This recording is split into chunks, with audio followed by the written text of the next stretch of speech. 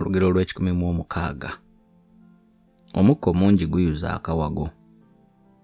Omuntu bwe yessa ku bintu ebimusukkiridde amaanyi oba obuzito biyinza okumuviiramu akabi. Olugero olw'ekikumi mu omusanvu. Omusajja gy'agenda gy'asanga banne.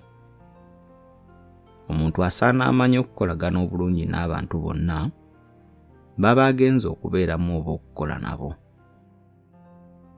Olugero olw'ekikumi mu omunaana. Omuvubuka atanyumya mbuzi ya zigeye bw'egwa mu luzzi ekala lwaggulo. Embuzi ya zigeye y'ebyoya ebiwanvu ate nga bingi. Ebyoya eby'engeri eyo tebikala mangu. Omuvubuka atamanyi kunyumya na banne naye bw'agwa ku bizibu tabaako amuyamba. Olugero olw'ekikumi mu omwenda. Omuyima omukyawa n'otomuwaayiriza kulya nkejje. Edda abayima tebaalyanga nkejje n'ebyennyanja ebirala. Bw'okyawa omuntu tosaana kumuwaayiriza bintu by'atayinza kukola. Olugero olw'ekikumi mu ekkumi. Omwaza kinyumo tayombera nkolo.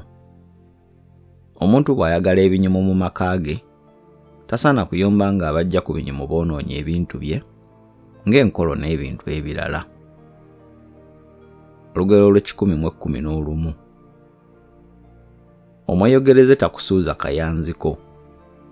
Mu Buganda amayanzi tegaliibwa bantu naye ayagala okulirya tasaana kulirekayo olw'omugamba nti teririibwa.